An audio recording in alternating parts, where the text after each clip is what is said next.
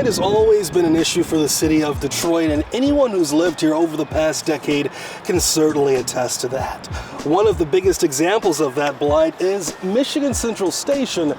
It might not look like it now, but this was a building that sat unoccupied and pretty much rotting for about 30 years. Now it's been transformed to a place where the folks inside are working to make life easier for Michiganders and really people all over the world. And of course, you guys know right here at Solutionaries, we love showcasing and highlighting those who are trying to find the answers to the many questions that a lot of people are asking.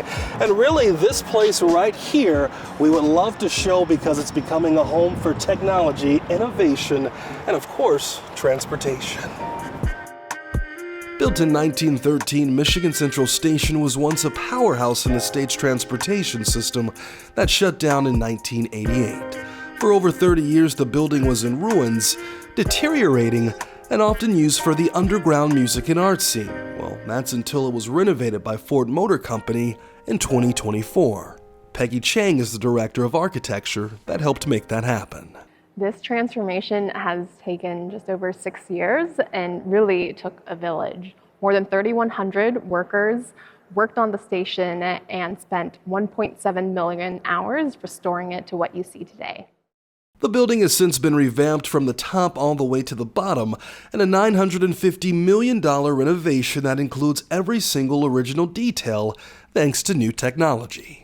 This was located in the historic men's tea and reading room. So what you'll see here is a column capital. We did not have this piece originally when we were restoring the project, and they were just left as blank rectangles on the walls. It wasn't until somebody came forth and actually told us that they had the piece and allowed us to scan it and then 3D print the piece. So we were able to use a lot of technology as part of this restoration project. We often say if we had tried to do this project 10 years ago, that we wouldn't have been able to do it because the technology didn't exist. In our eyes, we have only just started with the core and shell, and we'll continue to build out the station.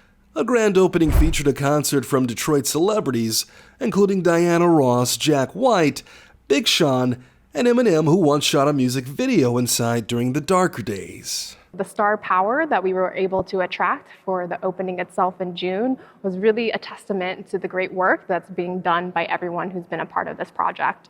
But think of the entire project of the 500,000 square foot building as a way of borrowing from the past to shape the future.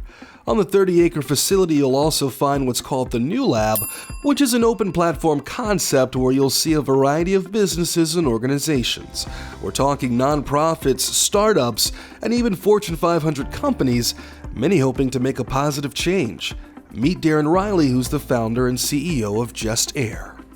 Really is innovation space for creators who are trying to create a clean, better future for our communities. Darren and his team now have a place to continue research, developing this device to help people keep tabs on their air quality. Our whole mission is to make sure everyone has access to clean air. And what you see here is an instrument that we deploy in the field. So this allows our community members to get real-time data at their fingertips that is accurate, it's accessible, and it gives them actionable information so they can protect their families and their loved ones. Information is then transferred in real time to people using the technology. The creation has given Darren the chance to rub shoulders with other influential change makers.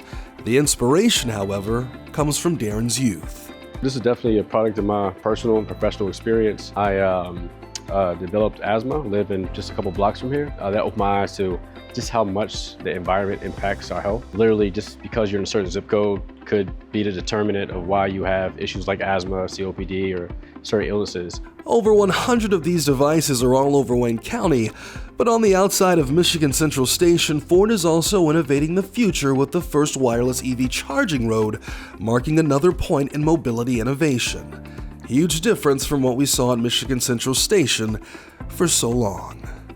I think so many people thought this wasn't even possible. So the fact that it is still standing here today and transformed in the state that it is just wonderful and so rewarding to see the public enjoy it. And we hope that people continue to come back and see all the great work that we will continue to do here.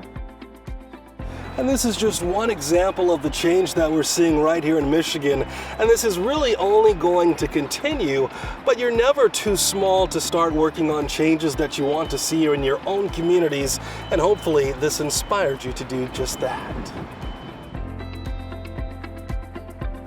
We'd like to hear what you think about the topic. Leave us a comment below. And be sure to subscribe to our Solutionaries channel. We're just getting started.